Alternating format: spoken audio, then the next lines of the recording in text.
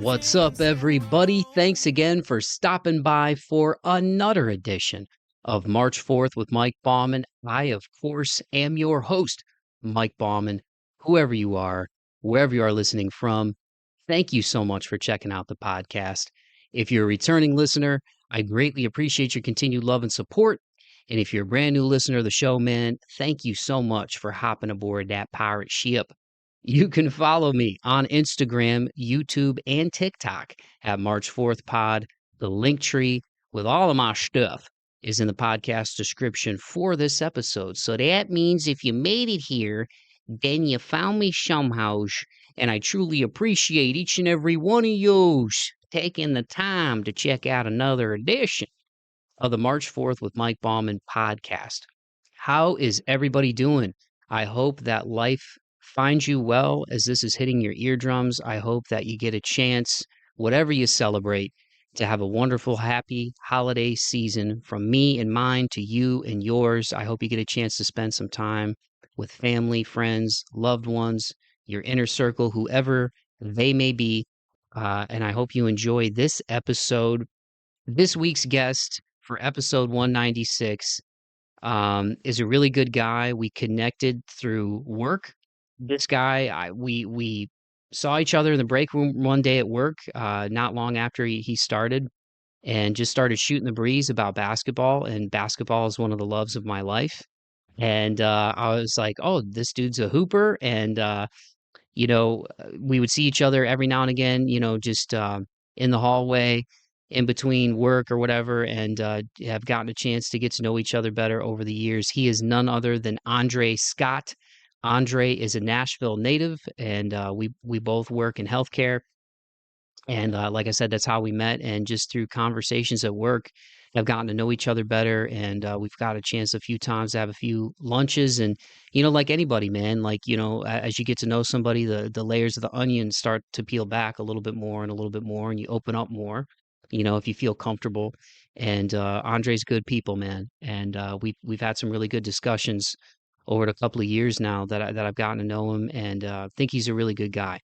And as you will hear in this conversation, he's been through a lot in a short period of time. And we got to talking one day recently at lunch, and I was just like, dude, I would love to get you on the show, because I really think the things that you've gone through and persevered through and are continuing to persevere through are really inspiring. And I think that they would be something that not only people would enjoy listening to, but I think there'd be a lot of people out there who could really relate and be inspired by what you're going through.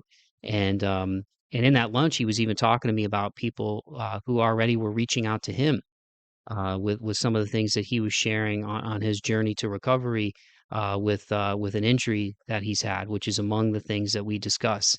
And I was just like, dude, I'd love to get you on. So he said yes, he would do it, and we ended up having a really good conversation, like we always do, man. And it just goes to show you guys, like we all walk through darkness to get to light. And his journey to this point, I really feel like is an embodiment of March 4th. The meaning behind the name of the show, perseverance and moving forward. And yeah, it was a great conversation. So without further ado, I'm going to shut my big yapper and give you guys my conversation with my buddy Andre Scott.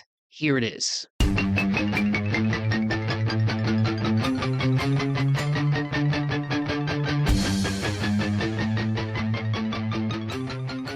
Alrighty, there we go. Well, Andre, it's good to get you officially on the mic, man. Obviously we see each other a lot at work, and that's how you and I met each other. But thanks for taking the time to come on the podcast, dude. It's great to have you. Yeah, man, I appreciate it, man. Just know it's crazy. A random conversation in the break room about basketball kind of led to, you know, more conversations about sports and life and lunches, just kind of one-on-ones where we connect, man. So I appreciate, that time and, just kind of God putting us in a, you know, place to kind of connect us and put us together, man. So yeah, appreciate it. Likewise, likewise. Yeah. So for people who aren't aware, I mean, I'm not going to give away our addresses and stuff because there's some crazy people out there. We're not going to we're not Facts. that personal. But but we're in the Nashville area, and we both work in the healthcare space, and yeah, Andre and I met at work when he started with the company, and I feel like I'm a friendly dude, and we just started chatting it up about basketball, and I can talk about basketball and shoes and like all the stuff that I loved when I was 9 years old: basketball, shoes, music, all of that. And yeah, you're a, I mean, I don't want to say former hooper, because like I feel like if you those who know, like if you're heavy into basketball, even when you're done playing, you're always a hooper. But and you made it further than me. Like I was okay, but I saw your highlights and I was like, Andre could play, man. But yeah, just to give people a little bit of background beyond that, and how we met. Like you're a Nashville native, right? Pride of, is it Yeah. East? I did my research right. East Nashville Magnet. East Nashville Magnet. That's what it is now. When I was there, it was called East Literature Magnet School, aka East Lit for those around that time. But yeah, now it's called East Nashville Magnet High School, which doesn't have the same ring to it as just that good old East Lit. But yeah, The Eagles. Eagles. Yep, yep. East Eagles. So One of so the best. I will say. Talking tenure basketball schools. We had a lot of down years. I will admit that, but I'll say overall, last I'll say decade plus, some powerhouses there. First state championship in 2022. Definitely proud of that. Shout out to the guys there that kind of got it done for us and our alumni, dating back to shoot my dad's time in the 80s. So that's commendable there. yeah, so for you, your brothers and your dad, all athletes. I think from what I remember, I know you said you had one brother who was really good at baseball, but like, was that just kind of like sports? Was it always, you and I have talked, but just to give a little background about your story, like, was that kind of always part of it? Like, when did you really start to fall in love with basketball? Ah man, 3 years old, man. So I think my dad, rest in peace to him. So he played, he went to East as well, graduated 81. Yeah, 81. Played college ball at Fisk University, also in Nashville. Um, and I don't know, man. I feel like he birthed all boys. He had four boys. And then, three of us definitely played hoops all through high school, all the way up to high school. Definitely feel like all three of us probably could have played at a college level, at some point. Um, but yeah, man, I think we all started at around 3 years old, legit 3 years old. I've got pictures, videos. Probably had to go to mom's house for most of them, but getting started there at 3 years old at sports leagues that probably didn't take kids until five, you know. So yeah, and I've got a cousin same age as my youngest brother. He was also included in that mix every step of the way. So, but yeah, and our team back then, my dad was our coach growing up, from youth all the way up to about, for me, fifth grade, but for my other siblings, sixth grade. Um, and yeah, man, we had some successes. Won a couple youth league championships that meant a lot, especially to my dad. Man, he talked about them a lot because we faced a lot of adversity. Didn't have the best teams and didn't have the best, individual players. But well, I'll speak for my teams versus my brothers. With all 3 years apart, versus my oldest brother, my youngest brother's team. But we had me, and we had another guy, Dante Majors, and in the mix we had a couple other guys as well that kind of stopped by. Weldon, Jay Booker, they kind of stopped by, but they wasn't there like throughout the entire tenure. I'm talking about like from three to all the way up to fifth, sixth grade. But yeah, man. So there was some good times, man. Definitely can recap and tell them stories. Shoot, we've talked at lunch, man. So I can go all day about that. But yeah, yeah. So my dad kind of instilled it in us, man, and it's kind of crazy, how much he instilled in us while not being necessarily in the household. Going through divorce. Parents were divorced. He wasn't far away, by any means. But the level of impact that he had, just within that. Watched a lot of Michael Jordan films, man, on the Was it VHSs? We had a stack. I just remember a stack full of tapes, man, full of Michael Jordan, Bulls, clips, games. And there was a one orange one that always be in a mix, man. That was just a Rugrats video. I mean, Rugrats movie. But outside of that, it was just mostly Michael Jordan stuff, man. So we were obsessed. Favorite player today. Reason I'm a somewhat Bulls fan today. You know, they've disappointed me since the post D Rose era. But yeah, man. So that's it, man. Hoops has been, part of my life since the age of 3, and I've never, felt like I neglected the game or, you know, anything like that. Always an appreciation and a love for basketball from me. Met a lot of friends and peers through the game. Was one of the tapes Michael Jordan Above and Beyond, the one that was narrated by Lawrence Fishburne?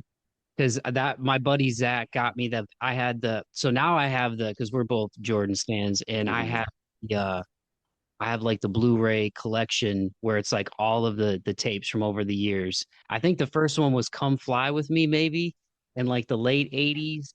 And then I think there was one around the Dream Team era, but the first one that I got was a VHS when he had come back to the league after retiring. Because I remember he had the 11s on, Uh-huh. like he had the yeah, I relate a lot of his years to his shoes too. I remember. But Lawrence Fishburne narrated that one, and that one was like talking about him coming back to the game and Hmm. his time away with baseball and losing his dad and how much it meant to him. Like he ended up hitting because people really dogged him because they expected Michael Jordan on the baseball field and he had his Yeah. ups and downs, but um he ended up hitting a home run. I remember that was kind of like a moment in the DVD. He hit a homer in one of his games, and he got emotional talking about that moment, like just being able to do that at that level, and the Yeah. connection that he had with baseball with his dad. So, but anyway, I didn't know if that was one of the tapes. But that was the first one I had. I think I was in like Hmm.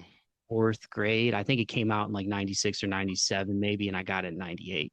So most of these, I'm not sure because Lawrence Fishburne doesn't stand out to me, as far as him narrating anything, but most of these are like legit games, like playoff games, like whatever, regular season games, some of the games in the Garden, where he's dropping career highs. Definitely the Utah Jazz, the flu game, was one of them.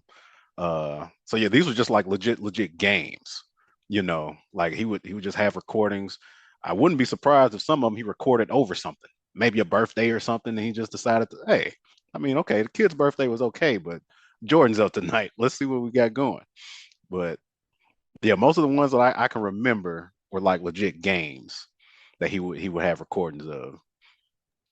Did your dad ever did he ever talk to you about people he hooped against back in the day? Because I'm thinking like if Man, he was early 80s, he was in that same era as Mike. yeah, he would talk about a lot of people, especially in Nashville. Um, most like couldn't even tell you names of a lot of them, but I do know one guy that he played with that I remember he said was a couple years younger. And I believe this guy played college ball at MTSU. I think he may be still around the Nashville area, but a guy named Ty Bainham. And it's crazy. Even my father-in-law, who played college football at MTSU, talks about this Ty Bainham guy. Like he was like a Nashville legend. He was like a legend in the 80s. Then, like I said, he played at MTSU in college. So that was one person he would always talk about. Then he would talk a lot of he would talk more about his Fisk teammates. Um, he would talk a lot about high school people too, but I just don't remember a lot of names. But I do remember Ty Bainham for sure, like 1,000%. And then some of his college teammates as well. One of them being one of his closest friends, who I still kind of keep in contact with. Um, but yeah, so most of them were kind of more so on the college end, but Ty Bainham was definitely a name where he was just like, yeah. But his obsession with Jordan kind of bled into my obsession with Jordan. Um, he talked about Isaiah and Magic Bird a lot too. More Bird than Magic and Isaiah, but Jordan was like his guy. I'm not sure if you ever watched a show called My Wife and Kids with Damon Wayans. Long story short, man, Damon Wayans was like obsessed with Michael Jordan as well, um, to the point he thought he could beat Michael Jordan. And like the way my dad would tell stories about his playing career at Fisk, you would have thought that he thought he could beat Michael Jordan, back then. And it's like, bro, no. Like Jordan's 6'6", you're 6'2". Uh, your playing weight was probably 170. Jordan's a legit solid 200. Honestly, Michael Jordan's Michael Jordan. Let's just be honest. Let's throw all the other aspects away. Like, no, dude. Like he would always tell these stories, just be like, yeah, I could do this. I could jump out the gym, do this and that, which a lot of people would validate it. Some of his teammates would validate, he was able to jump and things like that. But like, bro, you're comparing yourself to Jordan. Like, don't no. Let's cut this out. So I think MJ wasn't he on an episode of that show? I think he made like a yeah, cameo one yeah, episode. yeah. I He was remember. on there. Yeah, or he did like a camp or something. Yeah, Yeah, there was Damon Wayans hilarious. For those younger listeners who might be listening, go back and look up In Living Color on YouTube. Find those clips and those yeah. highlights. Like everybody was on that show. Jim Carrey was James Carrey on Hmm. Living Color back in the day. David Allen Greer, Jamie Foxx, so many, man. But uh, but yeah, you did really well in high school basketball. You showed me some of the highlights. I was like, that's probably why I got cut my sophomore year. 'Cause I would have I would have had a tough time dealing with guys like you out on the perimeter. But you had a good high school career. 2010, right, was when you graduated. I think we're like, 2010. Yep. 2010. and like we talked about, just like themes of perseverance and stuff. You know, uh, Good athlete, but even back then, you had to persevere through like a pretty crazy life experience with an accident and still were able to compete at that level. And with the theme of this show being perseverance and moving forward, man, like I think going through that at a young age and still being able to come back from it and play the way you played is pretty commendable, man. Yeah, man, I appreciate that. So yeah, sophomore. It's crazy because my career, like my high school career, like I definitely felt like I was a better basketball player than my career showed. Part of that goes with coaching. Love my coach as well, my high school coach, but some of it was part of with coaching. And then also, I mean, at the school I was at, man, we were guard heavy, very, very guard heavy. So I can somewhat sympathize as a coach, like looking at the amount of guard play you have and trying to figure out who's the best combination player, things like that. But uh like junior, senior year, man, I think those were some pivotal years for me as far as like elevation and growth. Definitely feel like my game was displayed a lot better at the centers and the community centers, the YMCA's, where those were really where the grind really went down, and in practices too, open gyms. But you gotta play a little bit more structured when you playing team ball. But yeah, kind of just going back, man, my sophomore year, it was January 22nd of '08. Just hit 16, I believe, January 6th. So January 6th, just turned 16, 22nd. Got hit by a car crossing the street to get on the bus, the MTA bus. So at that time I was living in Antioch, going to school in East Nashville. For those who are not familiar, that's probably a 45 minute commute. Um, it's crossing the street to get on the bus.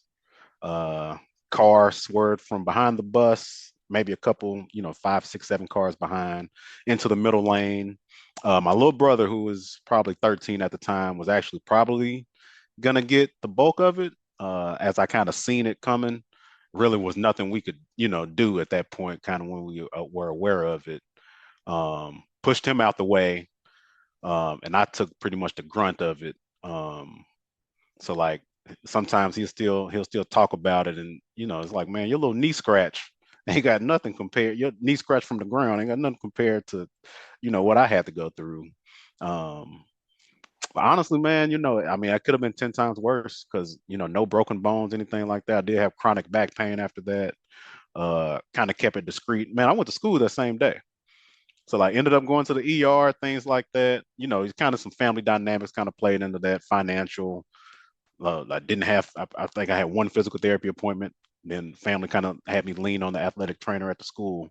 Wish I still knew her name at the time, but well today. But I knew she was affiliated through Vanderbilt. Yeah, I went to school that day. And that was because that game, we're playing against a team called Ezel Harding, a private school. It was a district game. And this was our sophomore year, so we weren't that good. We didn't have any seniors on that team. We weren't good, but Ezel Harding wasn't good either. And I had a fairly decent season. I wasn't playing a lot, but I was starting to get more reps as the season progressed. But that was a game where I was supposed to start. I'm like, okay, well, damn, this happened.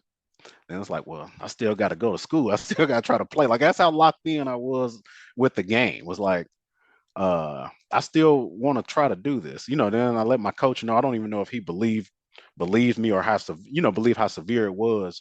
But it's crazy because like outside of the ER, the hospital, and then going to school and throughout the entire day, I don't think I felt like the actual pain and grunt from it until like maybe the first quarter of that. Like I didn't play, didn't dress or anything, but I sat on the bench. End of the bench, street clothes. But at some point during the game, I guess the adrenaline went away and like my body started to tremble, started to shake, things like that. At some point during the game, I signaled my grandma, and I was just like, "Yeah, we got to go." Like I'm not feeling it. So it may have been like halftime because it wasn't like I just got up and walked away. So it may have been something like maybe halftime. They went to the locker room, I left, or I may have went to the locker room, told the coach. But I doubt I told him because like he's so locked in on the game. I'm not worried about me, but yeah, at that point I was just like, yeah, I gotta go. Then I think the next couple of days after, I don't think I went to school. I remember that next day, man, like I legit could not move. Like head was the only thing moving, try to get out the bed. It was tough. Like, nah. So but yeah, at the end of the day, chronic back pain that still exists today was L4, L5, S1, dealt with bouts of sciatica throughout the years, things like that. But was able to play my junior, senior year, uh, had to gain some trust back from my coach, going into that junior year.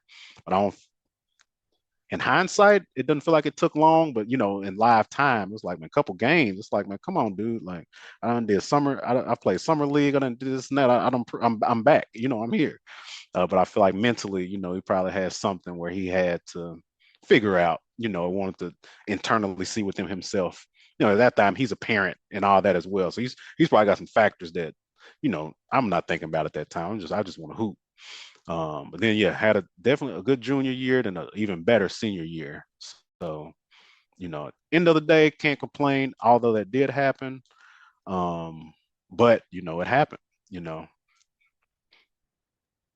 Yeah, I appreciate you sharing that, man, because yeah, it's a horrible thing that happened. But I think it shows a lot of your character, like the conversations that we've had over the couple of years that we've gotten to know each other, in passing at work and catching up in the break room, having lunch a few times, like I feel like I can pick up on vibes with people and I'm like, this is a good dude, like beyond the fact that we have some common ground with like MJ and hoops and stuff.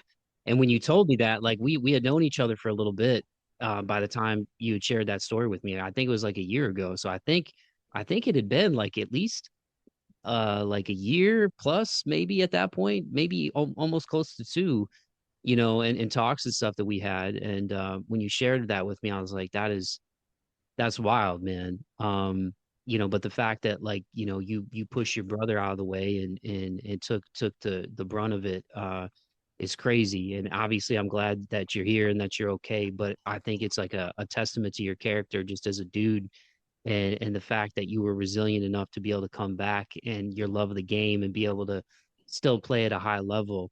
Was there was there like a turning point in getting better? I mean, like you said, with the back pain and stuff, because back pain is terrible. It's gnarly, especially lower back pain. Like, did you get to a point as you're getting ready for your senior year where you felt like did you have a moment on the court where you're like, okay, I still like even though this is kind of like this is here and I got to deal with it. Like I know I can still go out here and do what I got to do. Man, so I feel like So this happened what, January? Honestly, like I don't think I felt as many restrictions like back end of sophomore, being 16 and then junior year, senior year. The one thing I did notice was just like the soreness, post practice, post game soreness where I didn't feel that before.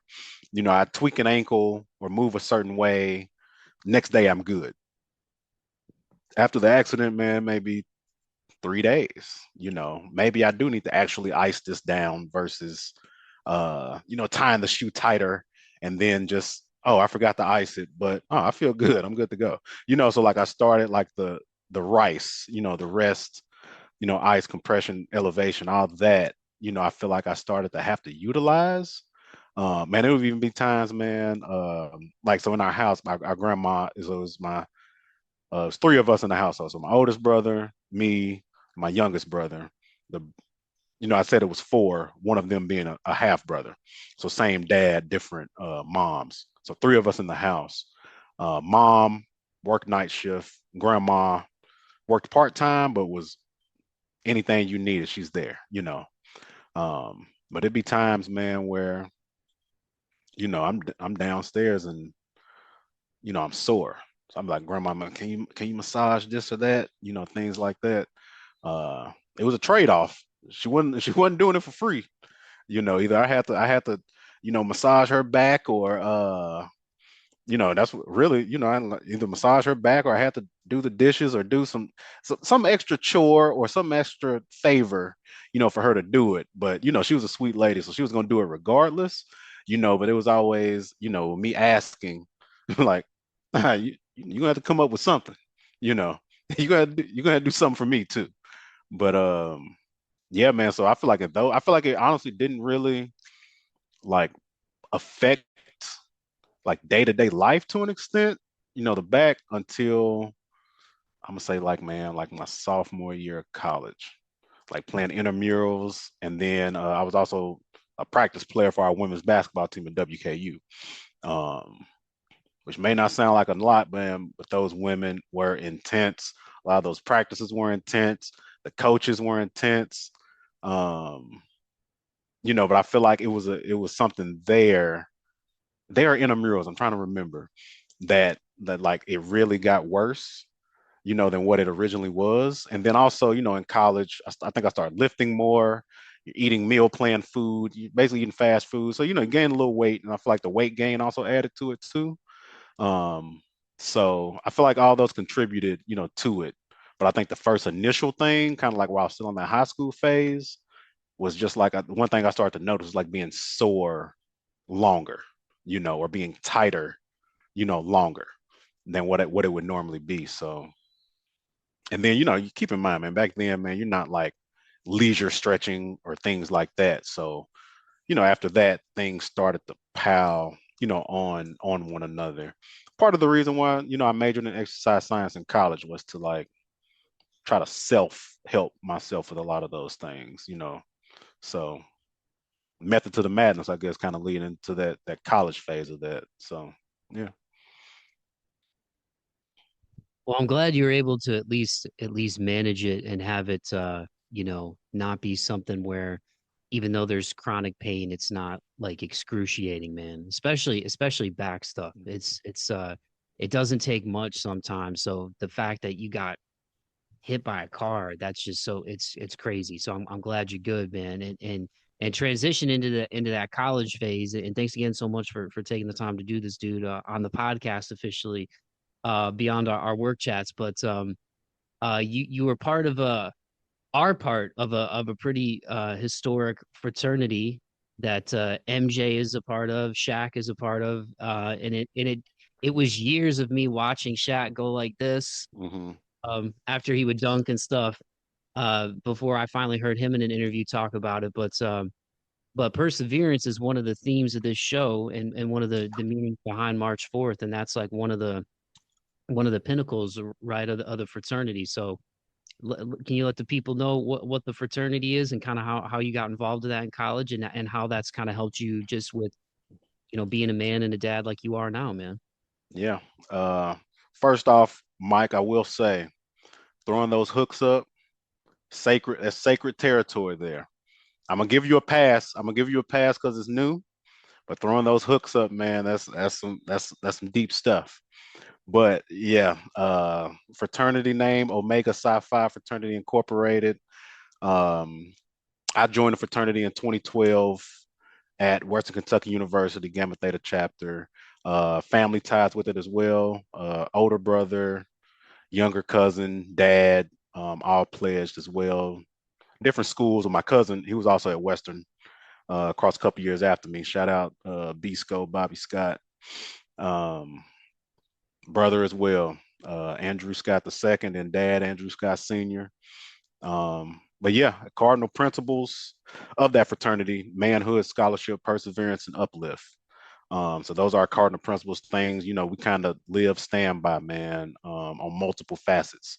A lot of people, they kind of look at fraternities as just a college thing, you know what I'm saying? And as where it starts, is where you join to an extent. They also have graduate chapters where you can join post college, and still be active and do your, service, post college, as well. So just for those, just kind of out there, it's not for us, at least. There may be some fraternities or some people who view fraternities out there as just a college phase or just a chapter, but for Omega Psi Phi, and I'm pretty sure you can ask anybody, in the frat, sure, that's a lifelong thing, man, especially the blood, sweat, and tears you put into it, a lot of sacrifice, and it's your chosen way of life. You choose the fraternity doesn't choose you. So if you do have to get selected, you know, it didn't, some fraternities I hear, they have rush processes where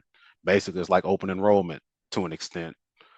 They would have, a lot of those people had to educate me more on that. But the way Omega Psi Phi operates, man, it's a little bit stricter. It's a selection process, and it's very strenuous, very thorough. Kind of like our backgrounds at our employer, times two. So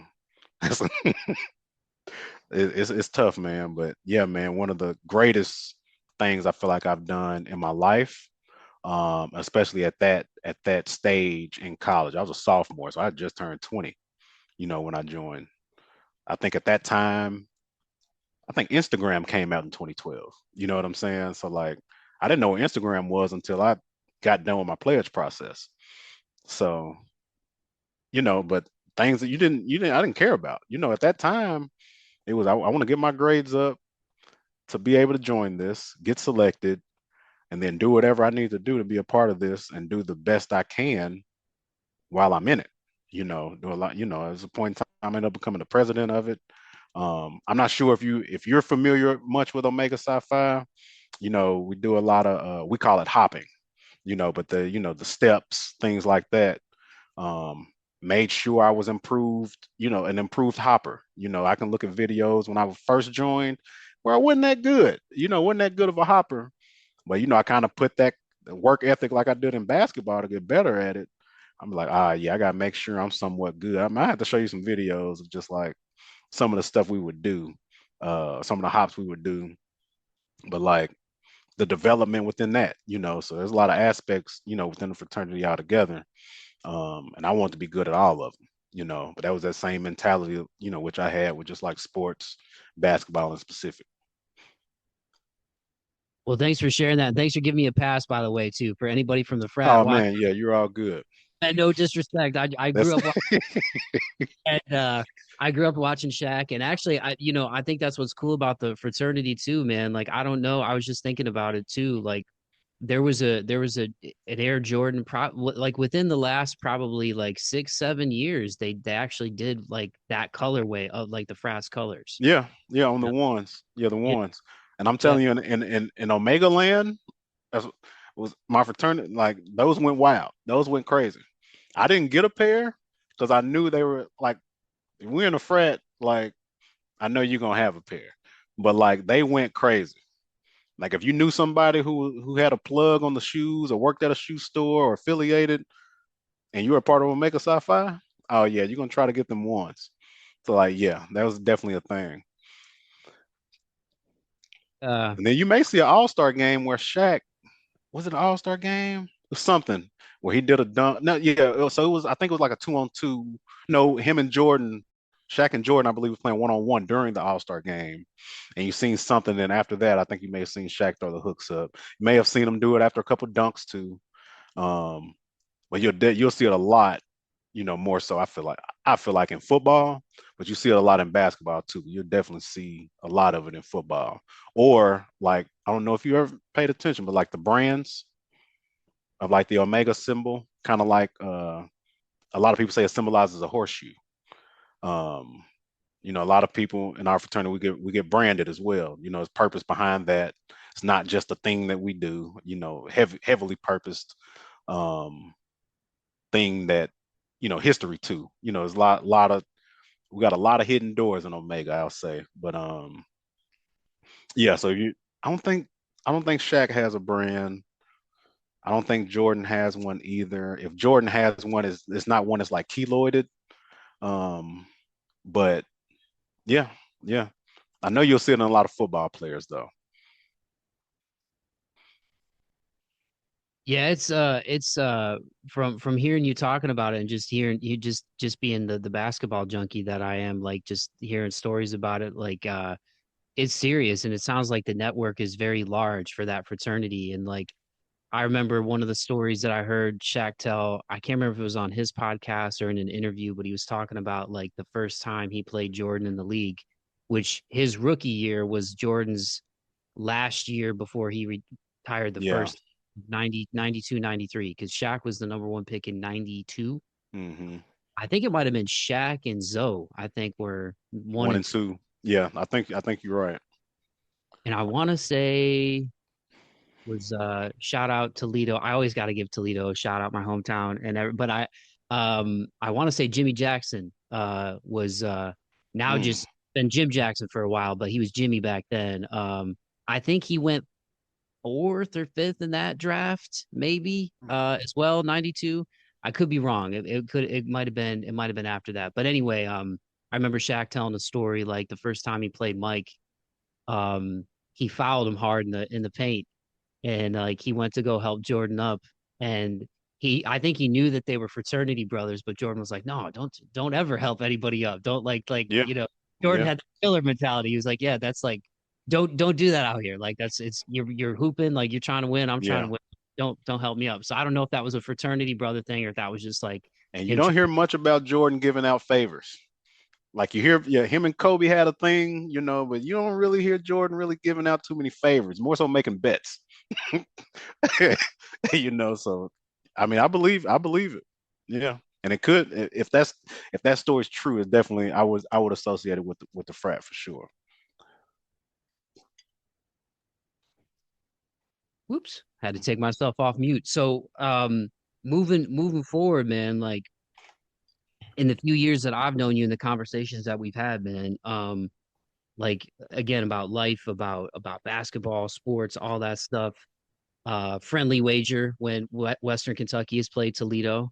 Um, Yeah, man, that was maybe future MAC member, we shall see. Especially since Northern Illinois, I believe, is going to like the Mountain West, I think next year. So maybe the MAC might have two Bowling Greens. There's BGSU and mhm. State University, which is Toledo's rival, and then there'll be Western Kentucky out of Bowling Green. But even these last couple of years and even recently this year, man, I remember getting a text from you, and I felt so bad when you texted me. Um, but I give you credit because like if I try to get out there now, first of all, everybody's got camera phones now, and I haven't gone full run in a while. So I would probably either pass out or um, just make a fool of myself because it's been a while since I've actually shot a basketball. So it's pretty much just, me being a spectator and having NBA TV and watching my beloved Detroit Pistons. But I remember you texted me, man. You're like, dude, I shouldn't have tried to hoop to get this cardio in. It was something to that effect. But it ended up being, unfortunately, like a serious knee injury. So here you were, like, all these years removed from that unfortunate accident. But the positive that's come out of it is the the rehab process that you've done. Like you shared some videos out there, and you've gotten some people who are also going through like injury situations. And so in kind of a weird way, you're kind of turning a negative into a positive with that, man. Because I know that's been a journey, and it's coincided with you becoming a father as well. So you had like all these things come in at once. So yeah, talk about perseverance, but you've really kind of been living that, man, over like the last like what 10 months now, something like that. Yeah, man, I appreciate you kind of putting in that perspective because some days, with the mental aspect of it, it doesn't feel that way. Um, but yeah, let me give a backstory, slight backstory. First, I want to shout out, you mentioned the Mac, uh, Bowling Green, made me think of Eddie George, also a fraternity brother there, Rue. Same with Steve McNair as well, RP, also an Omega. Um, Steve McNair led, kind of inspired Eddie George to join. I think Eddie George may have joined it 5, 6 years ago, maybe, kind of within that timeline. Um, but yeah, Rue, shout out to them. Uh, but yeah, man. So what was it? February 10th, 11th, whatever that Monday was of that week. So, one of those things at work, and my boss ended up taking he had his own short term, leave where he was kind of letting me know he was going to be out 6 weeks, so workload was going to increase for a little bit. Um, so it a normal Monday turned into somewhat mentally stressful Monday. At that time, I think I've been doing title boxing maybe a month and a half. I think I may have started in December. So as I'm driving home, I'm trying to figure out I got to work out today because I got to get this out of my system. Um, Keep in mind, this is February. Found out I was having a baby a day after my birthday. Birthday is January 6th, so got found out I was having a baby January 7th. Had just starting to let family members know we're having a baby that week/weekend before. Then that Monday, so I'm driving home. I'm like, man, do I want to go work out at Title or do I want to try to find somewhere to hoop? Uh, so I'm driving and I start looking up places that may have an open gym or something like that. So I find a place and it's like in the radius of where I'm going towards home. So I text the wife. I'm like, yeah, was gonna go to Title. I think I'm gonna hoop, yada yada yada. So I go into the gym to hoop, and they've got it segmented out. It's a community center. They're basically playing full court, but like the long way versus like the traditional full court. And a lot of older people on this side, a combination of young and old on this side. When I say young, I mean like 18, up or whatever. So it's taken a while to get on this court, but they're not even playing full court. They're just playing like 4-on-4 half court because they're like 35, maybe 40 plus. But then I start to filter, like I'm probably the next game up on that court, but I get picked up on the smaller court, whether with the more collaborative group of young and old people. But also that 4-on-4 start to break up a little bit. So some of them are playing over there too. So I'm like, okay, it's a little competition. I like it. So I go out there and keep in mind, this is like a cardio day for me. Like nowadays, at this point, like my hooping days, like I was doing it, but not like every day. So I'm out of shape, but I still got game. You know what I'm saying? So like I'm not playing hard. I'm more so playing to get a workout, but I'm gonna let you know that I got a little bit of game in me. So this may have been like the third game when I actually got hurt. First game, I'm playing, with the team. I know I can tell we're gonna lose by who we have on the court and versus who we're playing against. So I'm playing moderately, making some good passes. They're not scoring, but I'm making some good plays. Second game, same thing, but better team, closer loss. So I keep getting picked up. So that means I'm playing fairly good. I keep getting picked up after we lose. Third game, I'm like, yeah, let me turn it up a notch. So I think I scored like three in a row. I'm talking about layups. Like one of them, I got a guy in the post. I'm not that tall for the viewers out there. 5'8". I got a little size to me. Putting some guys in the post layups, back cut. I think I threw a fairly decent pass. Then on the last one, so I've got a guy, kid. He's probably like 16. He was left-handed too. I'm left-handed, so he was left-handed too. So I was kind of trying to show him some things like while we're playing, but I kept signaling. He was trying to give me the ball. And I said, wait a second, wait a second. But that was me. I was setting my defender up. So as I start scoring more in that third game, my defender started to play me a little bit closer. And I could tell he was overplaying to the point where I could back cut him. So I keep trying to signal the guy on my team. I'm like, I know you're getting like some pressure from your defender. but like give me 2 seconds. I gotta set him up. So I set him up with the back cut, and the kid threw the pass at the perfect time. And it's like so wide open. The back cut was so good, well developed. Like layup on the right hand side, no issues. Um, I did shoot, to my. I'm not proud of this, but I did shoot a left hand layup on the right hand side. So left hand, left foot on the right hand side, and like so I shoot the layup. I see the ball go in, and I'm thinking I'm about to go the other way. Next thing you know, man, I'm on the ground. So I got undercut. How'd you get undercut after a ball went in the basket? I don't know. Part of why I feel like it was somewhat intentional, but we're not gonna go there. Um, man, but instant knee is dislocated. My knee is up in my quad. So like I at that point I knew it's bad. The knee is in the quad. Me studying exercise science, I know I'm gonna have to get an MRI to determine what's next or whatever. So eventually I had to call Brandy, have her pick me up because it's bad, but it's not like terrible to where I need an ambulance, anything like that. So I call Brandy, pick me up, take me to the hospital, and it's crazy because when she took me to the hospital, like I'm just in pain in the back seat. So when she took me to the hospital, like I didn't care where we went, but once I realized where we were, and I realized the hospital we we're at is like out of network for us. I'm standing outside. I'm like, no, no, no. I'll bear the pain. Take me elsewhere. It's gonna be cheaper. But then after like 5 minutes of pain, I'm like, we'll stay here. I don't care. I'll pay whatever. But get the MRI. Well, actually, that night I only got an X-ray. So the emergency room doctor didn't really want to touch it. He just gave me an X-ray, confirmed that it was dislocated, and he was just like, "Yeah, dislocated pretty bad. So may want to get an MRI." Uh, Basically, getting an MRI was tough as far as trying to get one like sooner than later. So this happened on a Monday, going into Tuesday, when I was in the ER, and then I don't think I got an MRI until like Thursday. Didn't get the results till Friday.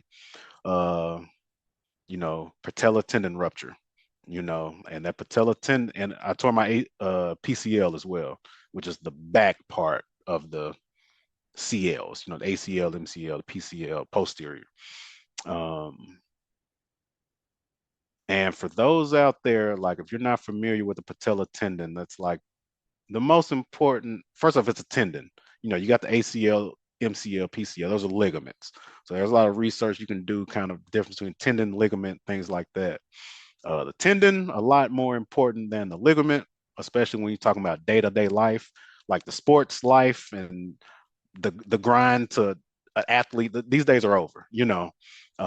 So you can imagine having a 9 to 5 and having a sports related type injury, and I feel like I may have gotten hurt. It may have been after Kyrie and like maybe after Stephon Diggs as well, but both of those are ACLs. But just imagine having like that type of injury and you're not an athlete. So you don't have that level. You don't have the trainers, the resources. These kind of guys, I'm assuming, get therapy every day, a couple times a day, and the resources that they have in their training rooms, the technology and stuff that we don't have access to. You know what I'm saying? But yeah, ended up being a patella tendon rupture, and I ended up having to have surgery for it. Had the surgery. Um, and I've been in what's today, December 4th. Been in PT ever since. Started from 3 days a week to twice to once. Um, Shoot, independency stripped for a while. Couldn't drive. Had to work from home for about 10, 11 weeks. Just couldn't do a lot. Probably took me 6 weeks to get off crutches, another 6 to 7 weeks after that to get out of a brace. I had the brace while I was on crutches as well. So let's say 15, 16 weeks of being in a brace in its totality. Um, and then after that, yeah, just kind of like therapy, man, but like having to work on walking, going up and down steps, like just day to day stuff that was painful. And then having to work through it. I don't wish it on many, but like, we talk about perseverance, adversity, accountability, those things, man, you had to have it. Um, the mental aspect that it put on me of having your independence stripped. having to put a lot on the wife while she was in her first/second trimester. So there's like a lot of factors, in between that, man, that kind of messed with my mental to a point where, a lot of people didn't know. I shared so much with selective people, um, but also didn't have time, to do that. I'm worried about a kid coming up. I'm worried about functioning with work. And even though they're okay with it, are they truly okay with me working this long? I had the doctor's note. Everything is, I'm not fearful of like losing my job, but like, let's say promotion time is up and I'm seeking that, is this going to be a burden? We considering that? So like a lot of factors included, and then ultimately getting back to, well, I can't even say getting back, trying to identify what your new normal will be.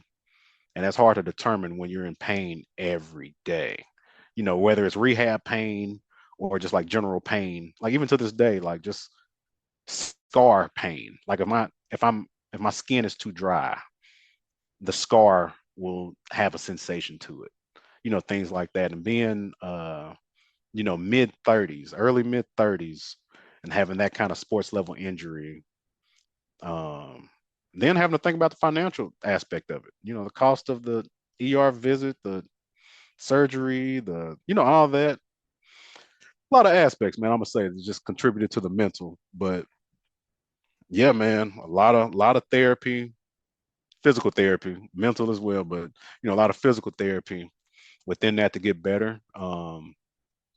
Where it kind of messed with my mental, like I said, but there was a light within that. So there was a time where I was like, man, I'm progressing pretty well. Like I said, Kyrie, Stephon Diggs kind of had their same things going on. I don't think they posted a lot at that time, but you would see some random posts from Kyrie, I will say. And I think there was a point in time I started to see like a preview of a doc that Stephon Diggs was doing. I was just like, man, I think I kind of want to record some of this content, put it out there. I don't know. Like I was hesitant about it for a while. Then eventually I ended up doing it, posting it. Uh, then that one turned into a couple more. Then a couple more after that. Some of them may have went more on the story, but then ultimately I made a post out of a lot of them. Um, I made a lot of them affiliated with movies. I'm not sure if you've seen a few of them. My first job was at a movie theater, so big movie buff. Love movies, so I associated a lot of them with movies. If some of people are affiliated with love and basketball, I would say the way I looked when I went down was when Quincy McCall went down in love and basketball with a knee. And the news that Brandy, my wife, had to share with people was Quincy's mom when she told Quincy's dad that he tore his ACL. And that was a big thing in the 90s if you tore your ACL as an athlete. But kind of those kind of references, and then some progress. I remember when I first started walking, I referenced like Mulan, the movie Mulan. If you remember the dad when he got summoned to go to war, and he dropped the cane, which was my crutch, and he just start walking. He had to limp. That was like me at the time. So all these like movie references started. And I was like, I can just do more than your traditional uh, trainer, workout guru, physical therapist, or they're just posting content, knowledgeable content at that. I can kind of incorporate my love for movies and for some of the moods I felt during these times. So I did that. I was doing it for a while. Like I said, most on my stories, but I did make, I'm gonna say about maybe 3, 4, 5 posts. Instagram, some with the TikTok, and it's crazy. So I had a friend of mine, a couple years younger than me. He tore his patella tendon maybe a month before me. So we started to connect, about it. Built a trauma bond, let's just say. But he had issues with his physical therapist. So he started to see some stuff I was doing. He was a month, 6 weeks ahead of me, therapy wise. But he would see some stuff I was doing and be like, bro, how are you doing that quick? My PT doesn't have me doing this. Or, as a time I think he hit a plateau as well and contributed to his PT. So I encouraged him to get a new physical therapist and, things like that. I worked in PT in the industry for a while, not as a physical therapist, but worked in the industry for a while. So I encouraged him to get a new PT. He ended up doing it, so, but even to this day, we kind of still touch base about status, where we stand, working out, exercising, rehab, things like that. Um, there was a girl I grew up with, went to middle school together. She played college volleyball. She's a coach now. Um, she tore her ACL a couple months ago. Well, maybe like 6 months ago now at this point. So she told me about it prior to her surgery, which takes a lot of courage to even like relay that information. Um, and then like we've kept in touch. I've shared with her a couple exercises during certain phases or things she should try. Really, another biggest thing is encouragement. Because I feel like during that kind of rehab, we're talking about 6+ months of rehab post surgery. I'm post 6 months still doing PTs, but you're gonna plateau, and that's gonna mess with your mental more. So also trying to encourage some people, within their plateau, like keep going or this and that, or sometimes you gotta go back to the basics. But just, what I'm saying, kind of just that trauma bond of things and just having a community there. Those two people in specific, there's been a couple other people as well, with different kind of knee injuries or things like that have come to me. I've got a cousin, man. He's 18, 19. He tore his ACL maybe a week or two ago. He's got surgery next week. So, he's already talking to me about those things. But yeah, man. So I'll say, tragic thing and kind of crazy mental, physical aspect. A lot of things stripped from you.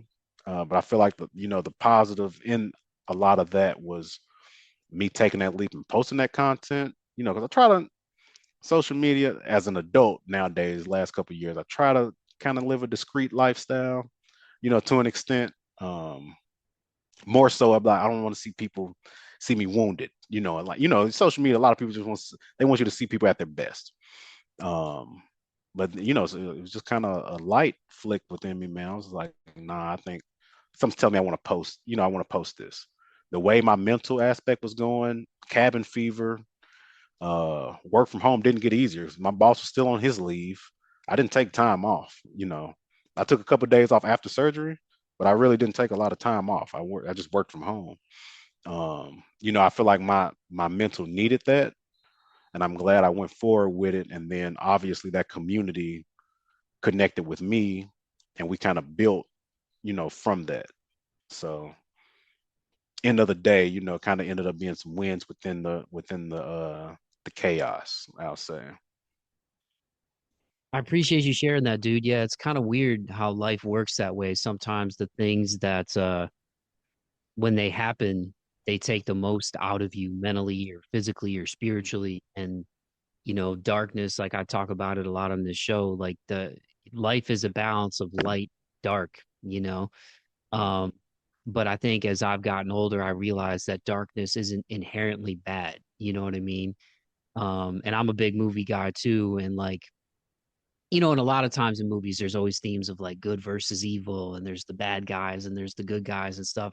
But also in movies too, like even really uplifting movies, like the darkness that's in the uplifting movie is the Mhm. character going through a struggle that Yep. changes or makes them look at themselves and like and in life when you go through those things there's kind of like there's sort of like a fork in the road of like okay I can feed into like this wolf in me or I can feed into that other wolf in me and it sounds like you fed into like the good wolf, you know what I mean? Like, where yeah, you had mental struggles and like I remember the like when you got back to work and like you were talking about just getting to the point of being able to do like I think like doing like a squat or something again and like and then I Yeah. saw those videos of like some of those early ones and then you're doing ones with weight and it's cool that you've been able to turn that into a positive and be able to motivate people. And yeah, and I watched a couple of the clips too. One of them you used I think it was it Friday Night Lights? I think one of them Yeah. you Boobie Miles. Yeah. When he got the MRI scan. yeah. And yeah, yeah. Like legit, man. Like I knew it was probably gonna be bad, but I didn't know that bad. Like if it's ACL, MCL, one of those, I'm like, I mean, that sucks too, but it's not as bad as like patella tendon. Because that patella tendon, man, it connects your knee to the quad. also connects your knee to the shin, that lower leg, connects the upper to the lower for the most part. So like, you kind of mentioned, kind of being back at work, it was a thing, man. Like if whether I'm at the gas station or in public, whatever, I gotta wear a brace everywhere I go. So like the level of vulnerability, I kind of felt with that was a thing, like mental aspect at its highest. But like even like going back to work, like that, um, like at that time I couldn't even go down steps. Like I remember, bro, my first week back, we had a fire drill, and fire elevators don't work. We're on the ninth floor. I would look at my director, and I'm just like, yeah. So, what's the protocol on these kind of situations? And me and my boss are laughing about it. You know what I'm saying? But like, it's funny, But it's like also like, damn, you start to take for granted the thing, like going up and down. Like if you never, if you lived a healthy life, if God presented a healthy life to you, no disabilities, things like that. Once you go from being a baby, crawling, walking, evolution of life, going up and down steps. You never think you're not going to go down steps anymore, up and down steps anymore without an issue, unless you're hurt or, just you're at that elderly point where you're unable to. But like who would think that? You're not thinking that. That's not like your everyday thought. It's an afterthought after it happens. But it's like it's crazy, man. And how difficult it was to comfortably go up and down steps, let alone walk, but walk without, gait issues, like without it looking weird. But like, yeah, man. So I mean, a grind on multiple facets, a lot of different ways you tend to look at things, good and bad. You said the darkness, definitely what different ways to look at it, but all in all, man, the what, if you're looking at to me, if you're looking at things in that darkness, you know, obviously there's ways to turn it around, but just that initial thought of darkness, man, can be intimidating, for some. That's enough to put people in a box, you know. Luckily that's not the case for most, but it has the capability to, you know. So yeah, it's just crazy thing, man. But we're on the other side of it now, still trying to figure out the what my new normal looks like. Cause man, we gotta see if Ava got some hoop in her, man. And other sports too, but we definitely gonna trial and error this basketball thing for sure. Well, to bring it home, man, I appreciate you as just not be way beyond just a coworker, just as like just as a human and as a dude for real. And because that's a lot, it's a lot to go through in a short period of time. And like you touched on, towards the beginning when we were talking about your dad, like losing your dad not that long ago, like you've gone through a lot of life stuff in like a short span. You know what I mean? Life changes, like death, marriage, baby, like new life, injury, Can I give a breakdown of that really quick? Sorry to cut you off. Yo, no, go ahead. So Yeah, I started with our company end of September of 2023. I got married March of 23, March 26th. Matter of fact, I feel like I have to look at the calendar, but I feel like I started September 26th of 23 with our company. We got married March of 23, started our company September of 23. Dad died Halloween of 23, unexpectedly, by the way. So, and it wasn't like he passed away unexpected, that sad grief. Like my oldest brother and I, man, we had to do a lot with really identifying his death, figuring out next steps. Like we had to step up and be like, we're in our 30s, so we're already men. My brother was a dad at that point, but I feel like that's the things that we had to do after my dad passed was like next level manhood. Um, opened up a lot of, perspective things for me and my household. Like I already had life insurance by that time. Shout out to my father-in-law and my friend who died at a young age, who kind of inspired me to get that younger. But like, you never want to be reactive to a lot of things, especially like to things like that. But like having to get a will, making sure that will is thorough, um, to the point where, because there's a lot of financial impact to a lot of getting a will, but eventually getting a trust, things like that. But like we had to figure a lot of that out. Basically, it just wasn't a traditional, he passed away unexpected. Like I don't think I was even able to grieve until 90, 120 days after his death. I'm saying going in 2024. I don't think I was able to grieve. Conversations with legal, court, attorneys about stuff, and figuring out fiduciary responsibility, will, all that stuff, man. But yeah, all that was in my first month of starting with the company. 2024, really going through a grieving transition, what this new normal is.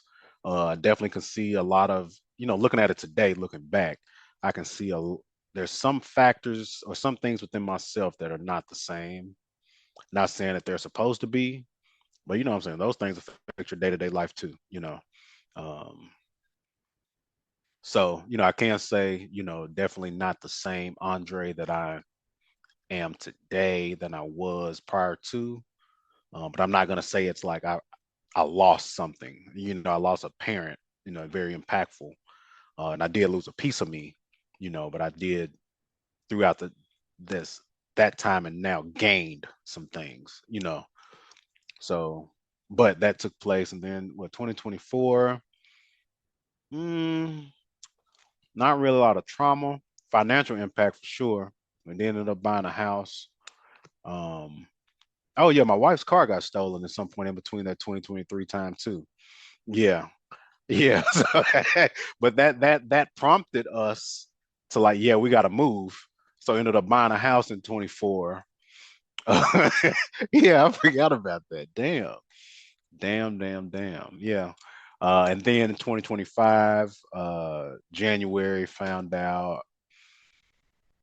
having a baby. So highlight of the life, and then um February the injury. So yeah, yeah, been tough, man.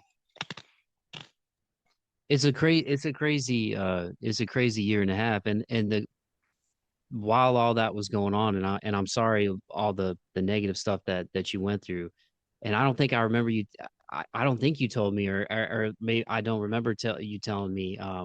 My short term memory is terrible. It's for the birds, but my long term memory is pretty good. But I didn't know your wife got her car stolen too, dude. That's Yeah, terrible. like I kind of I may have not mentioned that. Like it I mean, just slips my not that mind from time to time.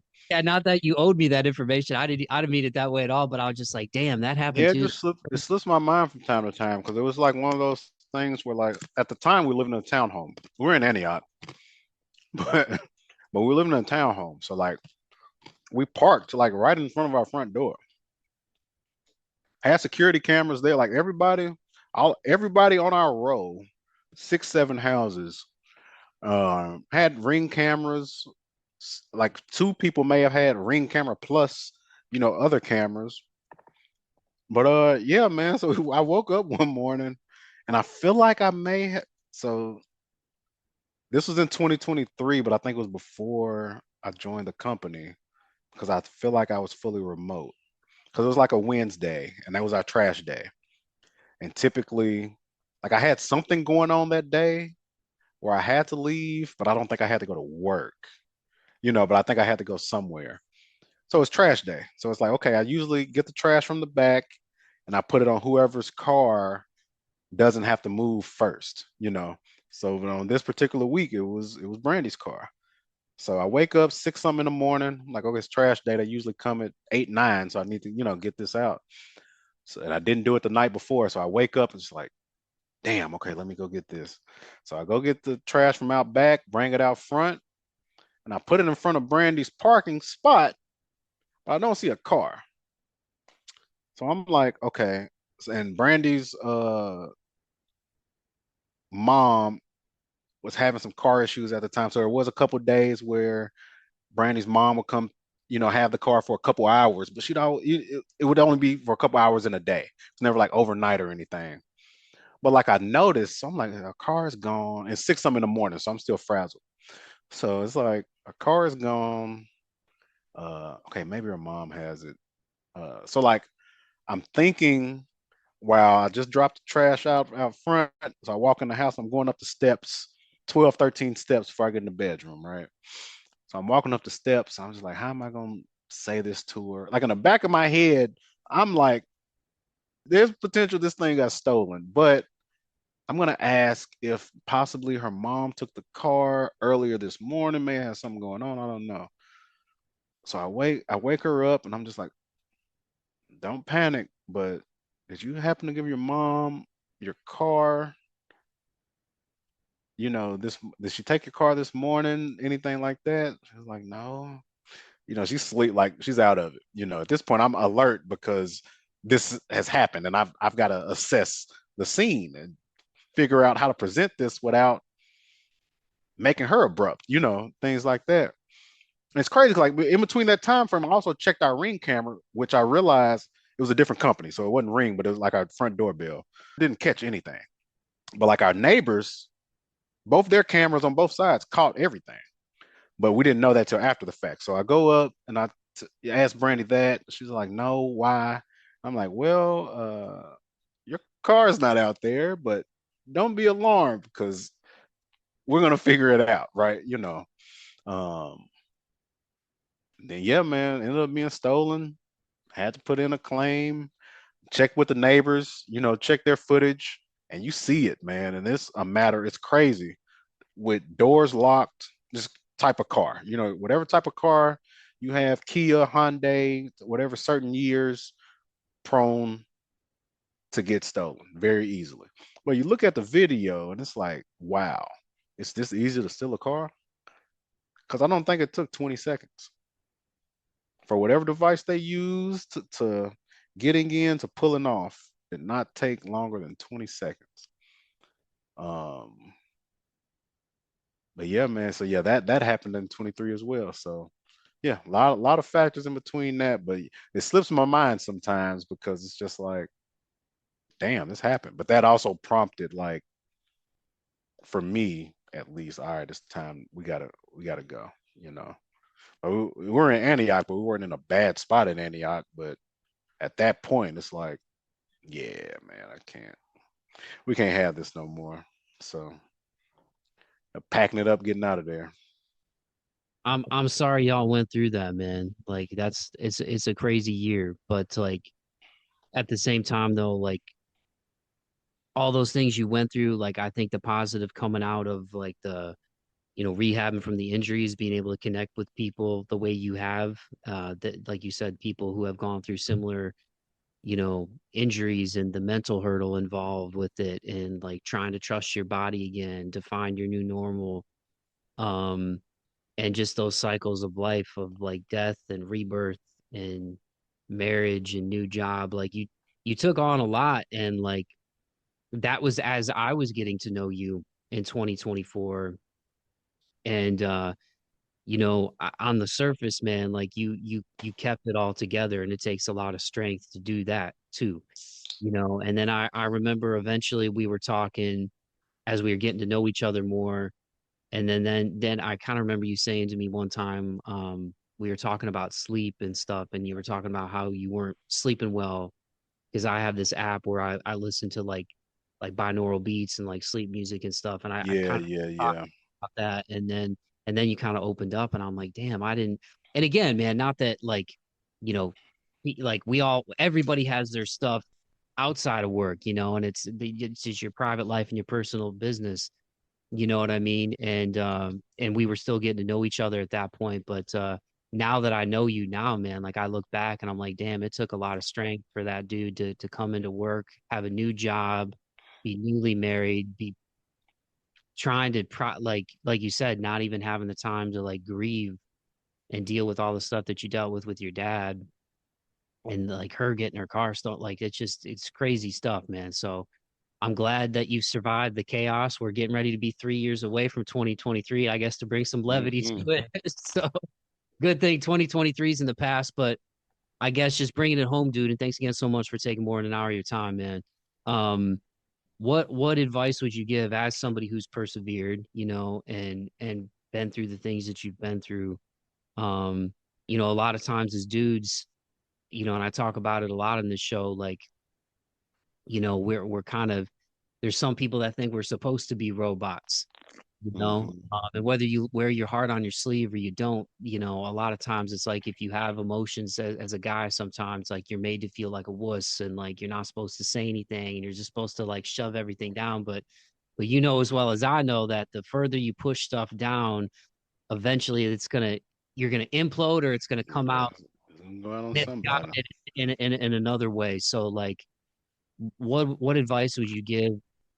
Obviously, there's going to be some people who have very similar experiences. Not everybody, no two people have the same life experiences, but just going through those things, man, like, what advice would you give to somebody out there, regardless of gender, of like just what kind of helped you get through that darkness and turn it into light in the way that you have? Because I've definitely seen you, like the way you carry yourself, man, the way you treat people. It would have been real easy for you to go the other way with a lot of that stuff. You know what I mean? And you Yeah, did, you know.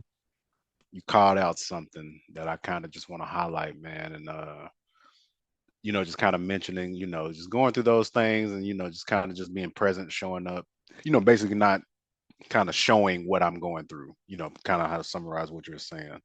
Just, man, I just kind of want to shout out my village, man, because shoot, between, I don't have a big family, but the family that I have is a village that I'll take that eight. I'll take the eight against the 80. You know what I'm saying? That's a motto, mantra, poem as well. Poem within our fraternity. Well, we use it within our fraternity. It's called Members versus Men, but just an acronym, 8 versus 80. Man, I'll take those. The village, my granddad, my grandmom, they were also divorced. Mom, dad, I think I discussed that as well. Divorced. Oldest brother. Um, like resilient people, people that I've seen make the best out of the worst. Uh, keep chugging along, keep grinding, smiles on their faces and make the best out of their situation, or like anything like that, man. Like I didn't know any different, bro. Like it's crazy because like when I say this, they're not just words. Like if I can take you a day in the life of me in, elementary school, middle school, and high school, and it's like, man, I don't think I said this. I think I mentioned, living in Antioch, but going to school, like 40, 45-minute commute. So with that, man, I remember being in the second grade. What are you in the second grade? Like six, seven? I was riding a city bus to school. So, I was 6, 7 years old, exposed to homeless people, drug addicts, a lot of other people. And the only person I had next to me was my brother, who was what, in the fourth grade, fifth grade, you know, and that went all the way up to the point where I had to do that for my younger brother. But a lot of growing up fast, man, and exposed to stuff early, getting to see really, man, my grandma, like she was the matriarch, the heartbeat, everything, to be able to just grind and make the best out of situations, man. The dollar menus and like, man, it's crazy, man. I never had Chick-fil-A until college, and that was on campus Chick-fil-A, which is completely different from the restaurant Chick-fil-A. You know what I'm saying?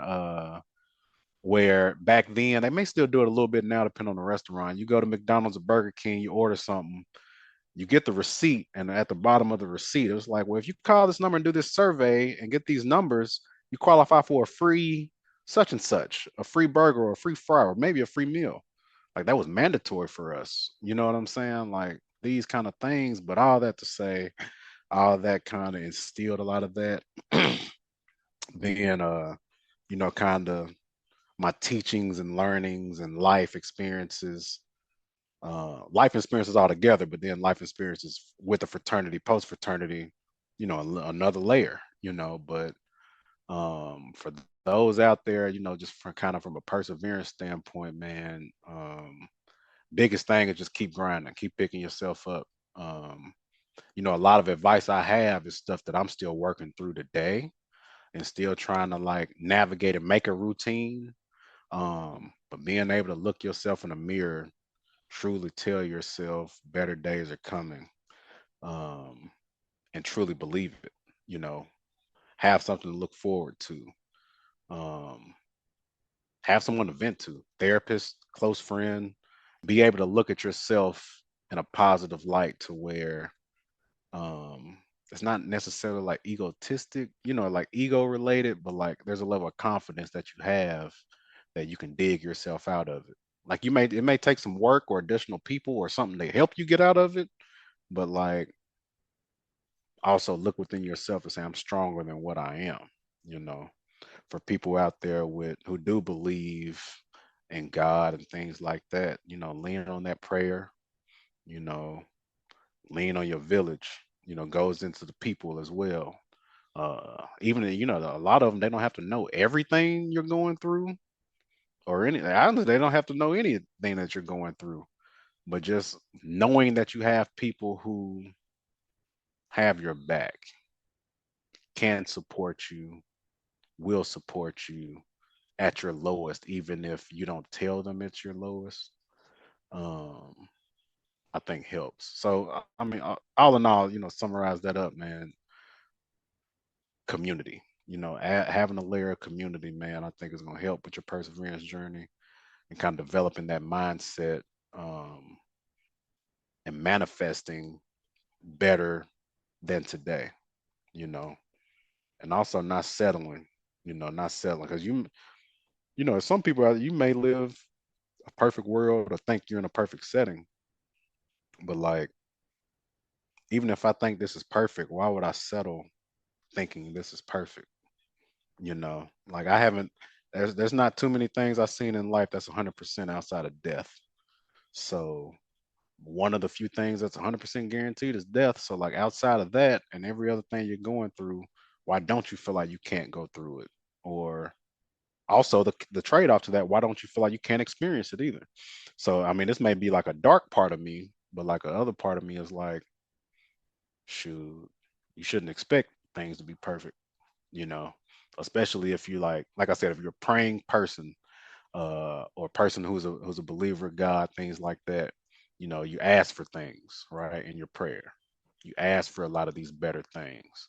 And a lot of these things that you may pray for or ask for may require some challenges, you know. So sometimes within that prayer, I think a lot of these people should, you know, pray for patience and guidance through those challenges to get them to that goal that they're going through. Because I mean that's it heavy right there. I think that's the drop mic things like that.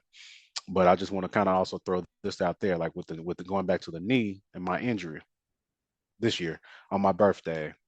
Um, one of the things I prayed and asked for was patience. Like I just want to work on patience. I feel like I'm in a rush for a promotion at work. I feel like I'm in a rush for better health and a lot of things.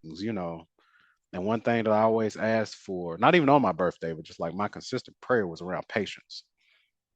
And like a part of me through my rehab process looks at my injury, then my rehab as like this is God's testimony. You ask for patience. You don't ask what it looks like, right? So it's like, okay, here's a test for you. And then let's see, how you respond to it. And then let's see how you continue to respond to it, because that's a layer of patience. Because what I'm about to give you is not an easy test. It's nothing we're expecting you to get past overnight or in a week, in a month, not even 6 months. This is gonna take a while. So how you feel like you're gonna prepare for that patience, Andre? And I feel like that's an obligation to myself to continue to respond to that patience that I asked for.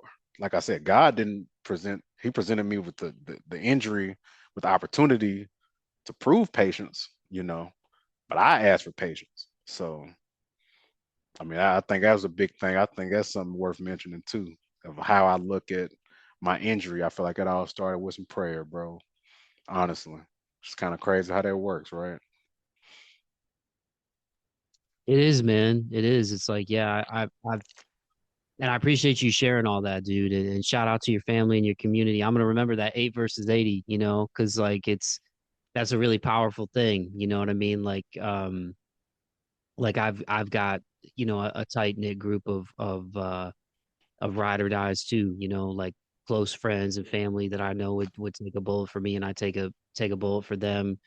I'd be right there with them in a dark alley if they needed me, man, and it's those kind of people are they're hard to come by. You know what I mean? Yeah, nah, that's Like real. I'm friendly to everybody I meet, but I don't let everybody in. You know what I Yeah, mean? And I kind of, for better or worse, I kind of have always kind of kept it that way. But it's true, yeah. If you believe in a higher power, like, if you ask to be strong, you'll probably be given situations that test your strength. Or like you said, if you ask for patience, you'll be given scenarios to see, your mettle, or how patient you can be, man. So I'm glad that you've internalized it in a positive way, even though there's been some dark days and tough times, man. And I appreciate you being, I consider you a friend, dude. Like getting to know you these past couple of years of work, and whether we've shot the breeze about hoops or shoes or MJ or music and life. You know what I mean?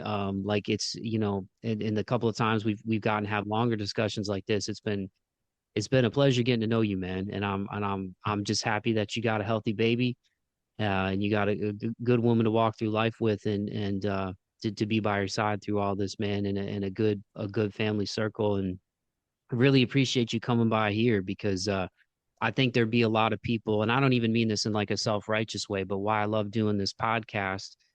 I have a lot of musicians on here because I love music, so that's kind of a selfish thing in hmm some ways. Like selfishly, I love music, but also like, music is very powerful. Like, and so yeah, same with movies.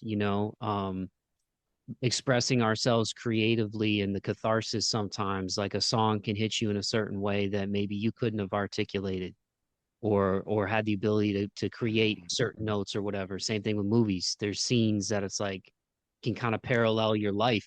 And you're like, man, I didn't even think that was going to hit me that way. You know what I mean? So I say all that to say, like, those are outlets. And like, so for me, this hasn't just been a personal outlet, but I've really tried to use it as a platform to let people know, hey, you're not alone in your struggle. Everybody's going through a battle that you don't know anything about.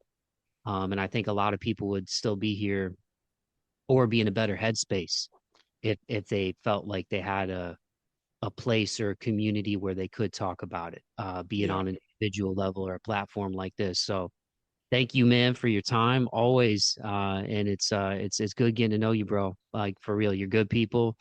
And I'm sorry that genuinely that you've been through all of that in such a short period of time, because you got hit with a lot of waves in a short period of time, man. And you've dealt with it, at least on a professional level, like I see you in a pretty healthy way, dude. So keep trucking. And yeah, man, I really appreciate the time. And anything else that you want to plug, man, any community organizations or anything out there, resources for people, whether they're people who have had similar life experiences like yourself, or just anything you want to plug, man. The floor is yours. yeah, man. I don't think I really have anything in specific, man. I appreciate you. I appreciate the time. Um, to kind of to that sentiment, no need to apologize, man. That's life. Everybody's got their story, their journey. Um, I just know throughout, throughout my life, man, I've done a decent job of sharing a lot of those things with the people willing to listen, needing to know, so that I feel like, a lot of that, hopefully that inspires them, impacts them, just keep going, keep moving. But my story is not bad compared to a lot of others, man. So I can't really complain about it. I at this point, kind of looking forward, hindsight of it, appreciate, part of it as the journey, um, to, kind of where I am today, kind of help me mold, educate, be more aware of as a parent, you know, for those out there. I've got a 2 month old baby girl, first child out there. Shout out to Miss Ava Monroe. Um, so I feel like all that, man, just kind of helps. But I just want to say shout out to my village, everyone who's a part of that. Shout out to everyone, Omega Psi Phi Fraternity Incorporated. Specific special shout out, Gamma Theta chapter, Theta Alpha Alpha chapters as well. Um, and really, man, everyone who's served some kind of purpose in my life, man, outside of that village, but um, specifically, kind of held some kind of impact and weight, to my life and just kind of some of the teachings that I stand on, or kind of consider when things are bad or things are up or things are uncertain. You know what I'm saying? So, yeah, man, I appreciate you, Mike. I just appreciate you taking that time and, just kind of the open version, of who I am. So I appreciate that.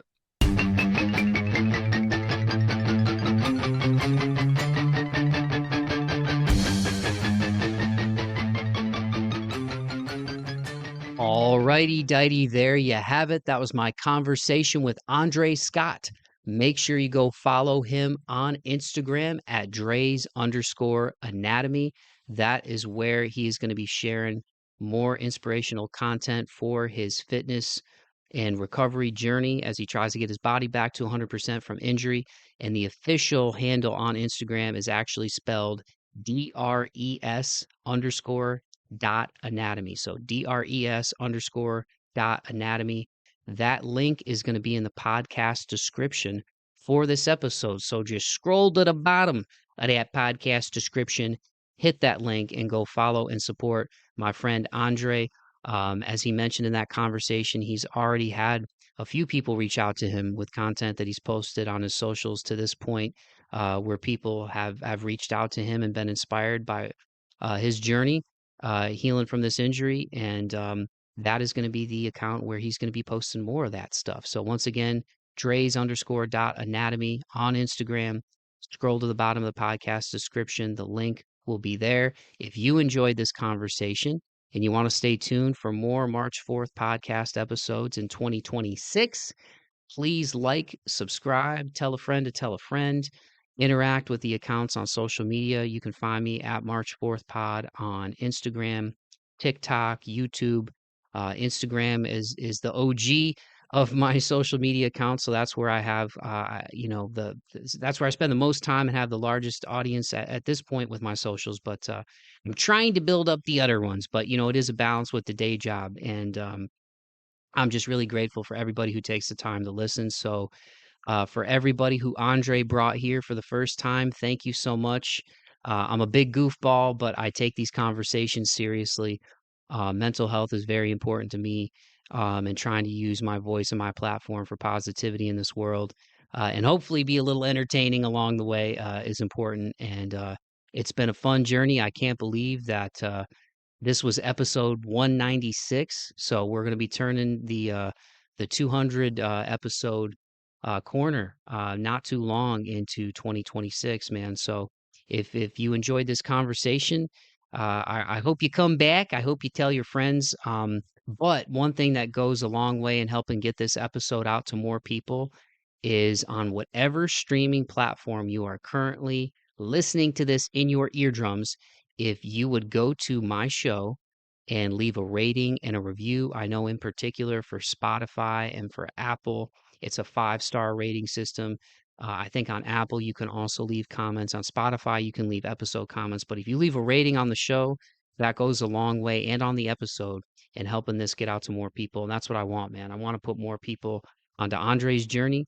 I think there's a lot of people out there who can relate, whether they're current athletes, whether they're former athletes, whether they're people that just like to stay in shape, and gnarly stuff happens sometimes, man. And it's good to know that you're not alone out there. So once again, everybody, Dre's_.anatomy on Instagram.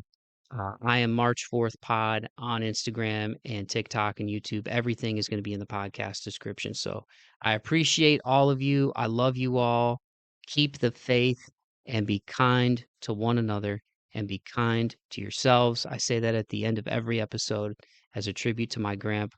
And I was thinking about it as I was putting this bad boy together, and I was like, even though Andre and I aren't musicians ourselves, we are big fans of music, also big fans of movies. And I thought, what would be a good song to put at the end of this? Because that's usually what I do when I have a musical artist on the show. I feature one of their songs at the end of the episode as like a trail out. And I was like, it'd be cool to put a song at the end of this one. This is a song that I really thought fit the vibe of this particular episode, and it's just got a positive vibe. Really, the chorus is really catchy, and yeah, I thought it'd be a good way to end this bad boy as we cruise into 2026. So, from my buddy Wes Anderson, not the filmmaker Wes Anderson, at Songs by Wes, from Wes Anderson and the Kaleidoscope Kid, here is the song "I Was Stuck in a Loop." Peace.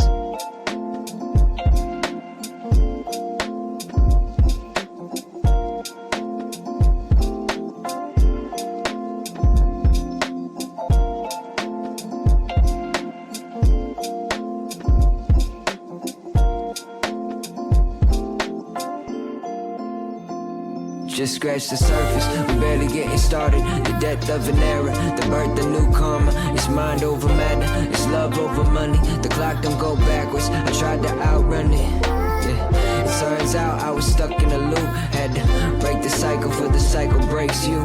It turns out I was stuck in a loop. Had to break the cycle for the cycle breaks. I packed up my bags, went from AZ to LAX. The last year making music just paid my rent. I used to sleep in the studio with OSF. Still got a key to the studio with OSF and overnight success. Bet I put some miles in, I stayed up all night. Lost fights and lost sights when. But when I got a little money, we gon' be alright. My head was all bloody trying to wear that crown. And standing in your own way with no way out. It karma kinda funny when they come back round. Had to break the cycle, I was stuck on the sound. Throwing stones at a glass house. You throwing stones at a glass house. Just scratch the surface, we barely getting started. The depth of an era, the birth of new karma. It's mind over matter, it's love over money. The clock don't go backwards, I tried to outrun it. Yeah. It turns out I was stuck in a loop. Had to break the cycle for the cycle breaks you. It turns out I was stuck in a loop. Had to break the cycle for the cycle breaks. Collateral damage, the effects of a war between mind over matter. On the spot, unemployed, fill the void for the better. Whatever, fuck a metaphor, I take some good weather. We're just headed towards the center of earth. My first instincts to hit eject, I fell head first onto my regrets. Yeah, life hurts, sometimes I forget. It burns slow like a cigarette, but it's mind over matter, all cool. This ain't my first crash landing. See, I was stuck on loop until I found this planet that I'm just passing through, but think I might be stranded. Yeah, life moves fast, don't take your time. Throwing stones at a glass house. Throwing stones at a glass house. Just scratch the surface, we barely getting started. The depth of an era, the birth of new karma. It's mind over matter, it's love over money. The clock don't go backwards, I tried to outrun it. Yeah. It turns out I was stuck in a loop. Had to break the cycle for the cycle breaks you. It turns out I was stuck in a loop. Had to break the cycle for the cycle breaks you.